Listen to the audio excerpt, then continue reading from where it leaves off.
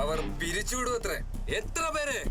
എന്റെ ഉള്ളിൽ ശ്വാസമുള്ളിടത്തോളം ആ നിൽക്കുന്നതിൽ ഒരുത്തം പോലും ഇതിനകത്ത് കാലുകുത്തില്ല. അവരറിയണം അങ്ങനെ ആർക്കും വന്ന് എന്തും കൊണ്ടുപോകാനുള്ള കാഴ്ച ബംഗ്ലാവല്ല ഇതെന്ന്. അവരറിയണം പഠിക്കാൻ മാത്രമല്ല പാഠം പഠിപ്പിക്കാനും നമുക്കറിയാമെന്ന്. അവരറിയണം ഈ കോളേജ് ആരുടേതാണെന്ന്.